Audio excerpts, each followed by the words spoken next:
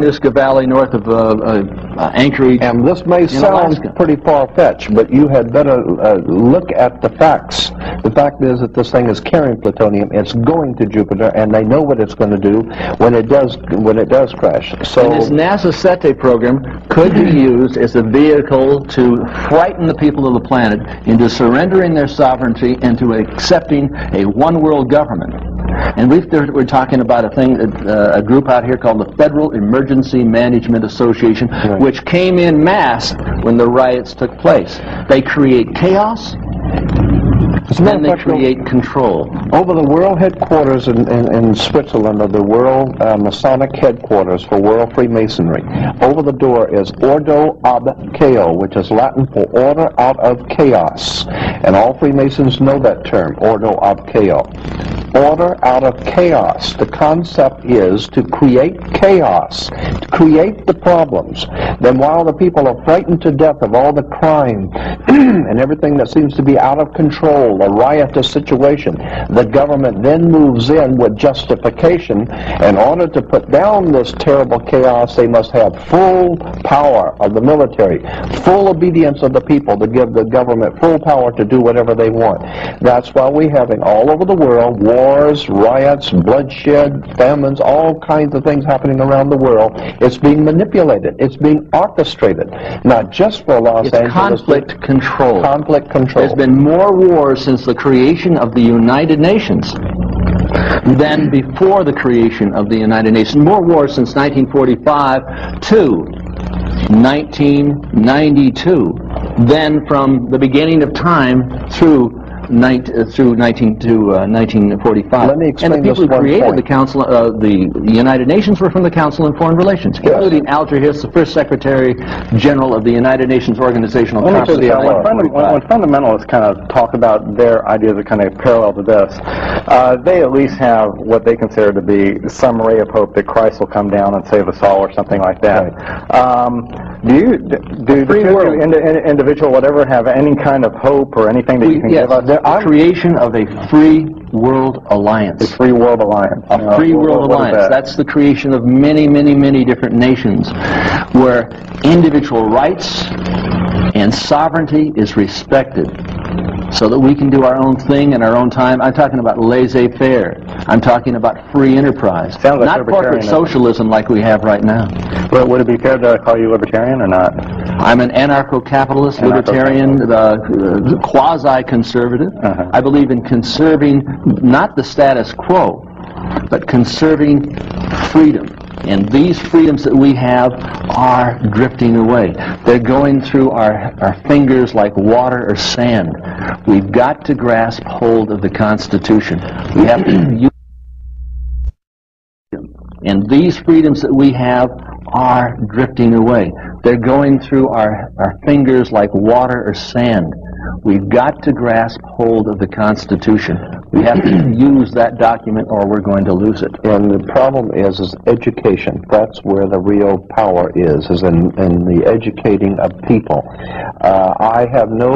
Myself, I'm not looking for anyone to come back, no Messiah to come back to help.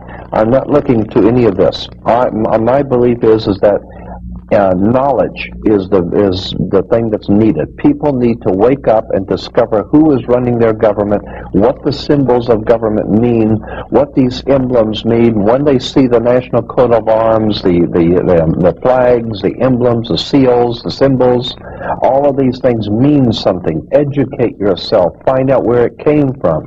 That's the only hope I see for the human race, is the human race itself waking up to find out we've been had.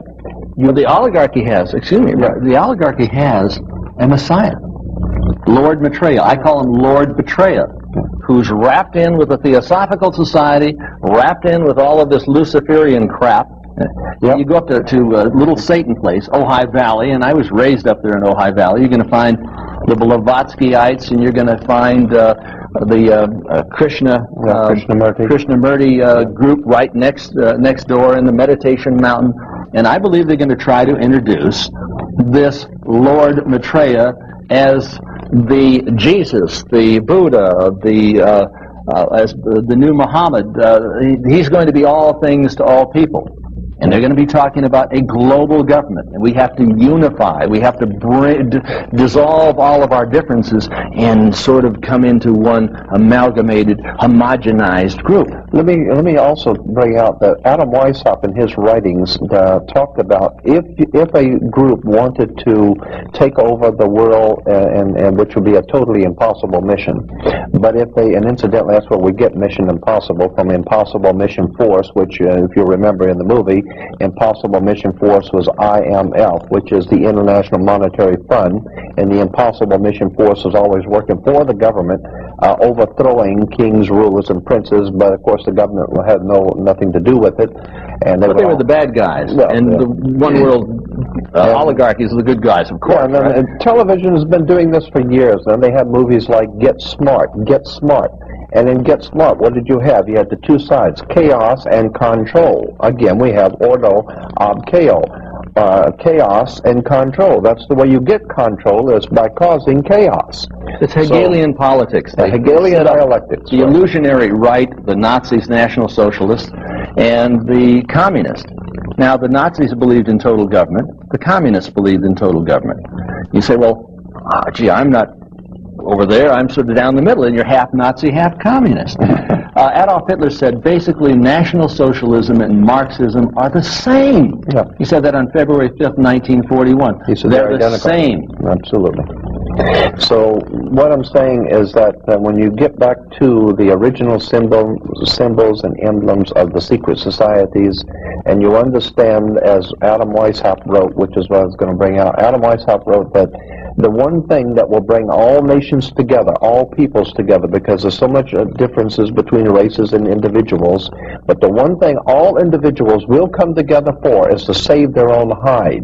So if you can create enough bloodshed, enough violence, enough anarchy, if you can finance, organize, and direct it correctly to cause enough civil unrest and civil law unrest. How about creating a new world order by creating what?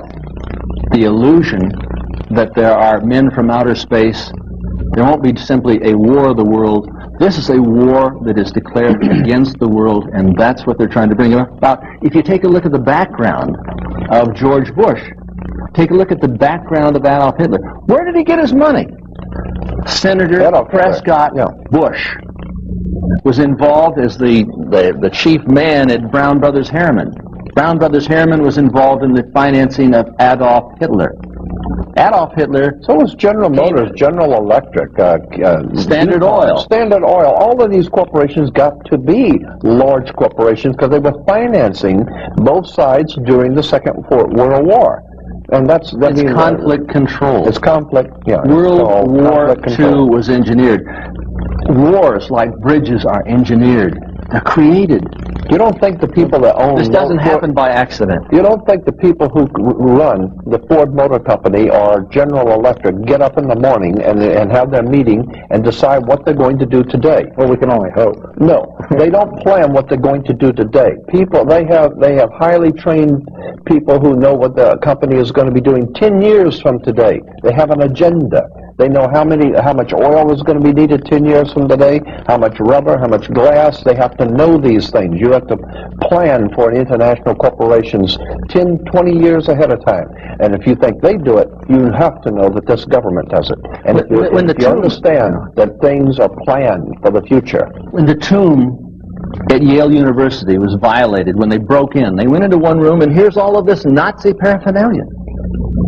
This is the eternity Yale where University. George Bush, laid nude in the coffin, was born again into the satanic order. They go into one room. Here's all of the Nazi paraphernalia. Jimmy Carter used to talk about how he was thrice born, and all the Christians said, "Oh, that means he was born again." Right. No, he said thrice born. Freemasons know what that means. If you're an occultist or into Freemasonry, you know what the term thrice born means. And got a thing to do with Christianity. It means that you have been initiated into the secret society. Okay, we're running out of time quickly here. And we're running out of time as a nation. Yeah. Well, this is certainly a tall order. I mean, I used to think that Campus Crusades, Jesus 2000 was a bit far-fetched to win the world to Christ, and now I'm hearing all this. Well, they want to win the world for Satan. Yeah. They want a Luciferian 2000 program in their initiative. We're talking about the Illuminati, not the Campus Crusade. What we need to do is incite a revelation to avoid a revolution. Jordan, we can see him on Ancient Mysteries of the Bible, Part 2, coming up sometime next year. Probably in March or whatever. And we can hear Anthony Hilder on Radio Free World. I'd like to thank the two of you for coming here, and I'd like to invite you to come back when you got some pictures and stuff that you could show me, because I'd love to see some of these pictures. We will come back with pictures. Jordan's got them all. I'll tell you. I want to see Gerald Ford in a Klan uniform. Okay. I got to see that. Okay. It's a black Klansman outfit. All right.